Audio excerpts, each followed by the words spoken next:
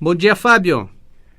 Bom dia, amigo tio. Que alegria estar aqui conversando com você mais uma vez. Pois é, sempre é bom conversar contigo e um prazer, né, te receber aqui no Tons e Letras da FM Cultura de Porto Alegre. Fábio Shiva, como é que surgiu a ideia desse livro, né? Escrever para quê? Pois é, querido. Então, na verdade, eu até falo um pouquinho sobre isso na apresentação ao livro, né? Uhum. Que eu acredito que a vida é para a gente realizar os sonhos, né? E eu, como tenho esse chamado do escritor, essa vocação, desde criança eu tenho esse sonho de escrever, e teve um livro que me marcou muito, que foi O Mistério dos MMM, né? Uhum. Que foi era um romance policial, mas escrito a muitas mãos, né? Coletivo, então, né? Tinha, cada autor escrevia um capítulo, tinha Orígenes Lessa, Raquel de Queiroz, vários autores consagrados, Jorge Amado, cada um escrevendo um capítulo. E eu achei essa ideia tão, assim, fantástica, que incendiou minha imaginação. Eu fiquei assim, nossa, que legal, um livro escrito por várias pessoas, né? E aí eu criança, né? Comecei assim, minha jornada literária, escrevi meu primeiro livro, segundo, fui participando de várias coletâneas, e nessas coletâneas, né, foi uma experiência muito interessante, muito rica, mas eu percebi que assim, essa ideia do livro coletivo, ela não se concretizava de fato, porque assim, uma antologia, uma coletânea é mais ou menos uma casa de cômodos, né? Cada um no seu quadrado ali, no seu quartinho, sem interagir muito com os outros, né? Uhum. E isso não atendia a esse sonho que eu tinha de um livro que fosse realmente, assim, feito a muitas mãos. E aí finalmente surgiu, né? Um belo dia surgiu essa ideia do livro, né? Escrever para quê? Escritores perguntam, escritores respondem. E está pronto agora, estou feliz, sonho realizado. Isso sempre é bom, né? Realizar um sonho. Fábio, e como é que foi feita a seleção? São 12 participantes, não é? Exato, né? São 12 participantes, né? Assim, a estrutura do livro é muito simples, né? O livro é dividido em 4 capítulos, com, assim, perguntas. Então, são 12 autores, cada um dos autores faz uma pergunta e foi sorteado quem iria responder, e depois cada um pode dar o seu palpite também na conversa, que aí é onde o negócio fica bem interessante mesmo, né?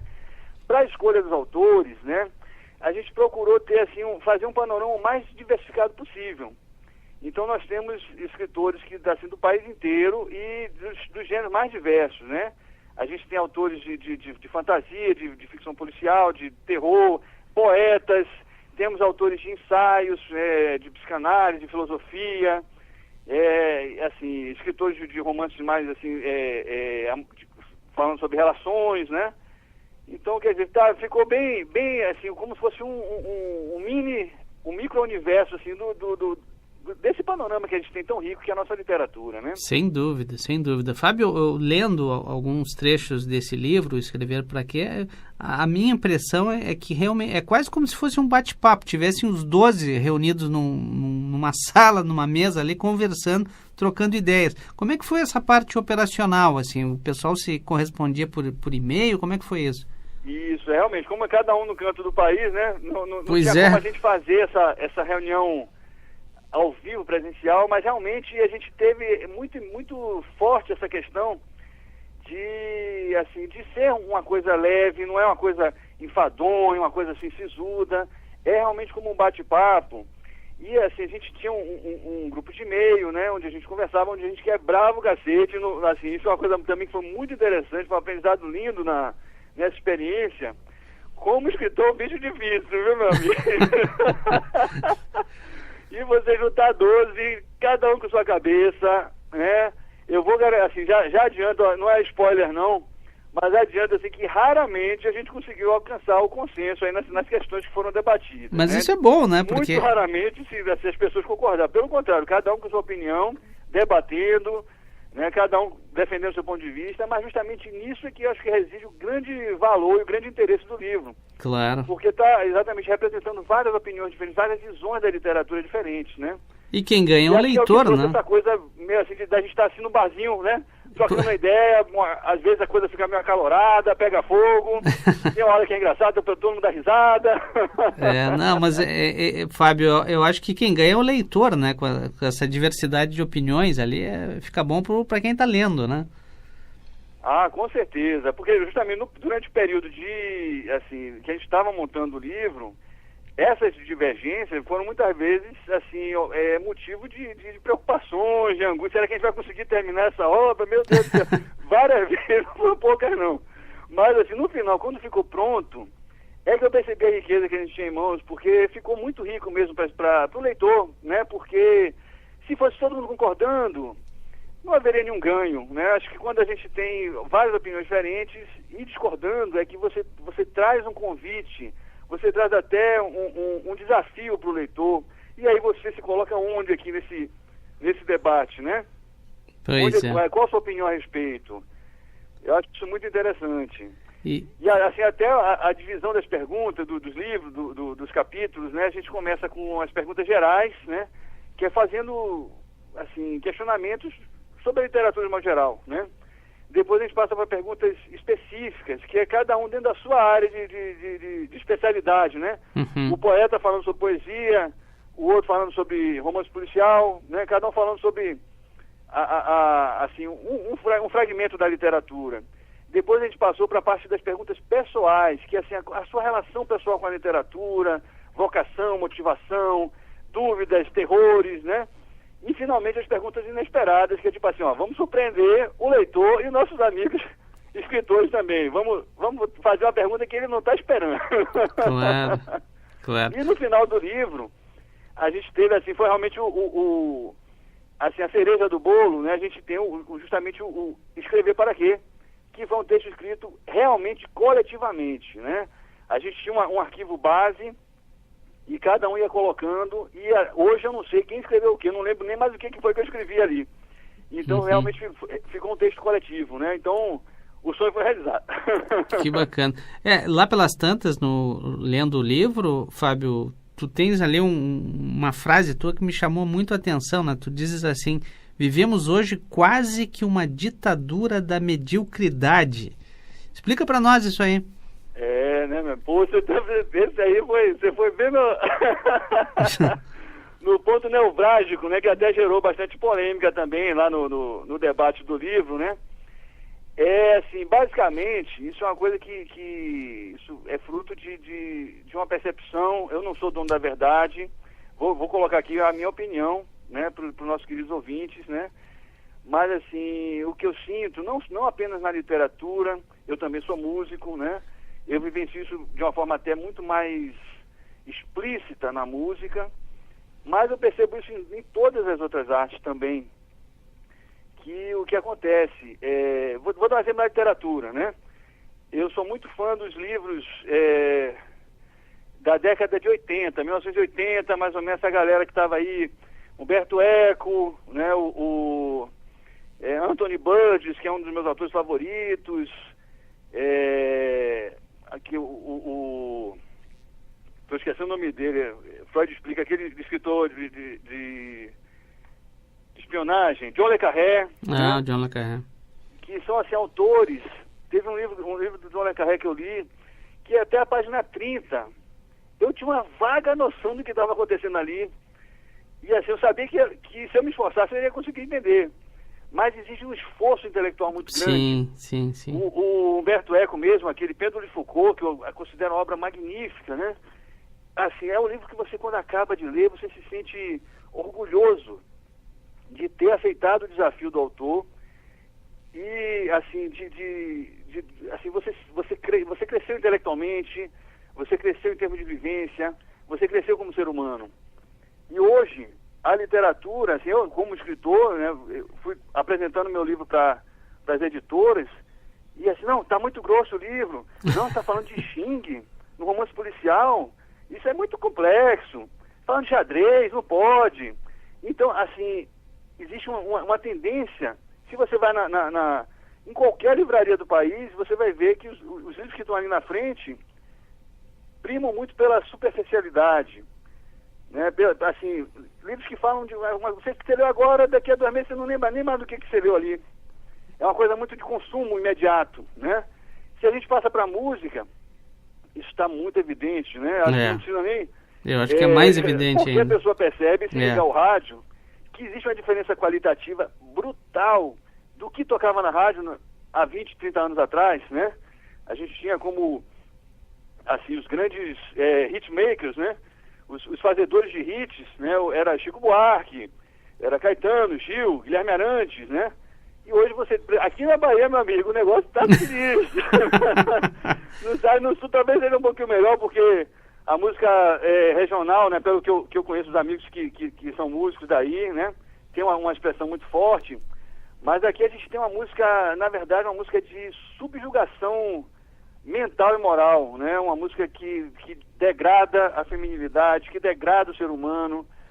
E, na verdade, assim, eu não considero nem música, eu chamo de anti-música, ou no máximo música de orc, que é uma música de embrutecimento do espírito, né? E aí aí que chega essa ditadura da mediocridade, porque quando você fala alguma coisa assim, a patrulha vem assim, preconceituoso, Sim. Tudo é forma de expressão, a mesma coisa, toda música é boa, todo livro é bom. Não é assim, não. Eu não penso assim. Eu acho que não dá para comparar muita coisa. Eu acho que a arte tem a função principalmente de libertar, a arte tem a função de expandir a alma do homem, de fazer o homem perceber sua potencialidade. Se é um produto que aliena, que entorpece, eu não considero arte. E se eu sou preconceituoso por isso, sinto muito, amigo, mas é a minha opinião. É isso aí. Bem, outros pontos, outros temas aí a gente encontra nesse Escrever Pra Quê? Quem está nos escutando, Fábio, como é que faz para encontrar esse livro?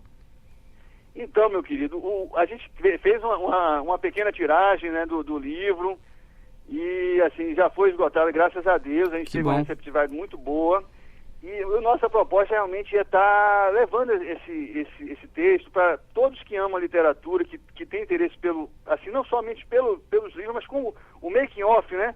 Como é que é o processo da escrita, como é que é a inspiração, criar os personagens, quais são os desafios, né? Então, assim, os amigos que estão interessados, está disponível no Recanto das Letras, né?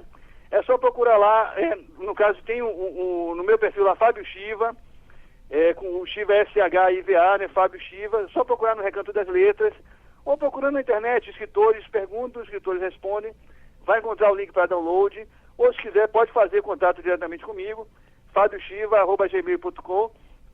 Eu envio com maior satisfação o PDF do livro.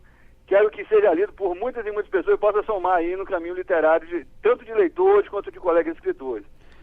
Que bacana. Fábio, bom, vamos continuar essa conversa. Agora vamos falar de um livro individual, um livro teu, né? Que eu imagino que seja o mais recente, né? Isso tudo é muito raro, que também sai pela editora Cogito, e o interessante do livro é que a gente virando para a última capa lá está escrito Labirinto Circular.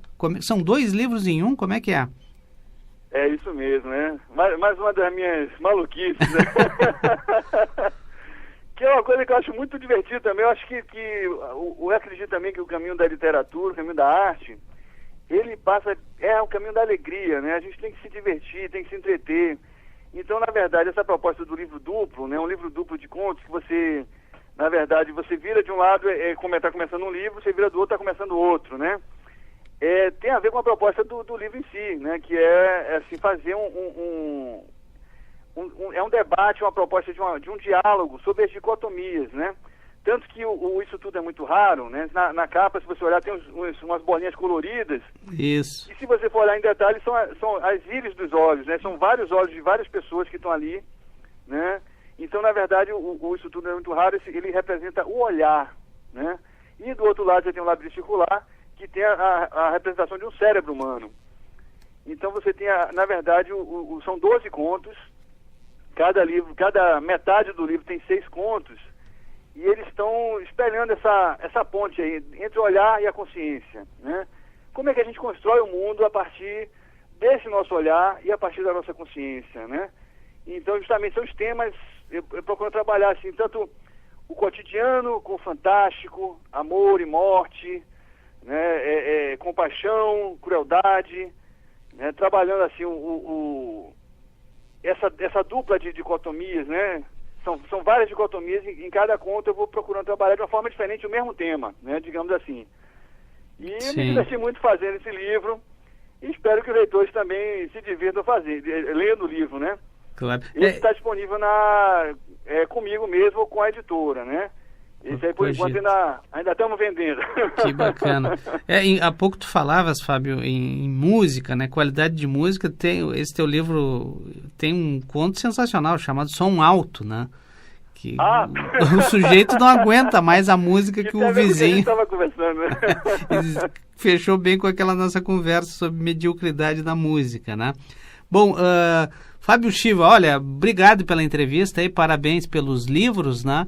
E que continues produzindo bastante para os leitores. Meu querido, agradeço demais esse espaço lindo, essa generosidade.